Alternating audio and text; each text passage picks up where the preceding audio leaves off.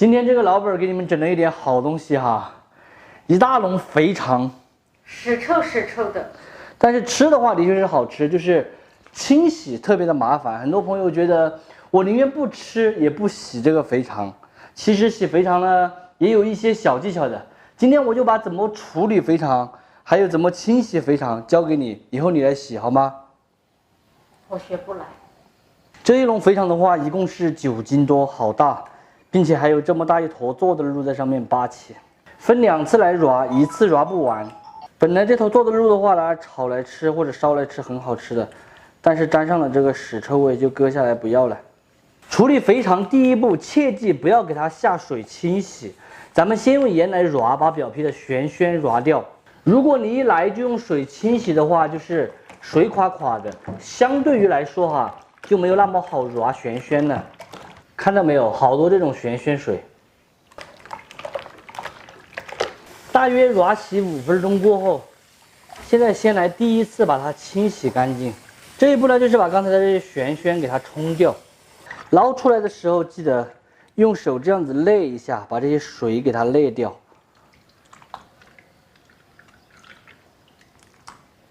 接下来的话，我们就要第2次揉了，同样的稍微多一点盐。还是要揉5分钟左右。这个肥肠呢，颜色还是比较漂亮的哈，粉粉嫩嫩、白白净净的，没有像那一种肠子都悔青了的。其实肠子悔青了，是那个猪它得了这个肠炎的原因，才会是那种绿色的。我们洗之前的话，这笼肥肠是9.63斤哈。等一会儿清洗好过后，来看一看到底还有多少，能不能出到一半，能不能出个4斤半。肥肠揉5分钟过后，再次放到清水下面给它反复不停的冲洗。现在这个肥肠的话，入眼就可以看到已经非常干净了，但是还没有清洗干净，还要继续。因为光滑的这一面哈，它是用来装屎的这一面，所以光滑这一面一定要反复多次的洗。第3次加盐，这一次的话我们还要加上一点高度白酒一起揉，既可以去腥又可以杀菌。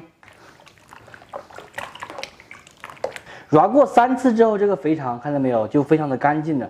如果再用清水冲一下，就更加的干净了。一面清洗好之后，这下就要来翻面了。翻过来过后啊，你会看到它的表皮依附着特别多的这种肥油，我们一定要给它扯来干干净净的，这个肥肠吃起来口感才好。第2个，干净卫生。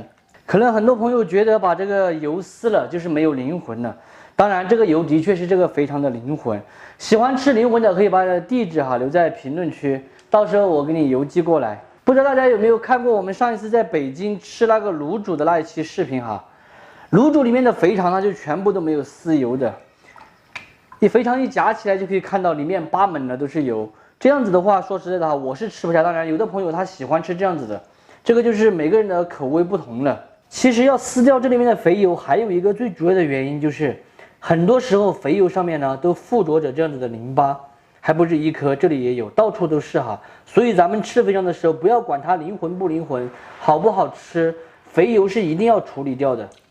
光灵魂就撕了这个盆子的大半盆哈，你们地址留好没有？我已经准备好了，全部撕好肥油，翻面过来，同样的加盐、高度白酒，下手揉过5分钟。这一面的话就只需要揉1次就可以了，因为这一面哈就是在猪肚子里面和肉接触的这一面，这样子揉一下哈，不仅仅把肥肠揉干净了，并且把最后依附在上面的这一点点肥油都揉下来了。最后再把肠子要翻过来，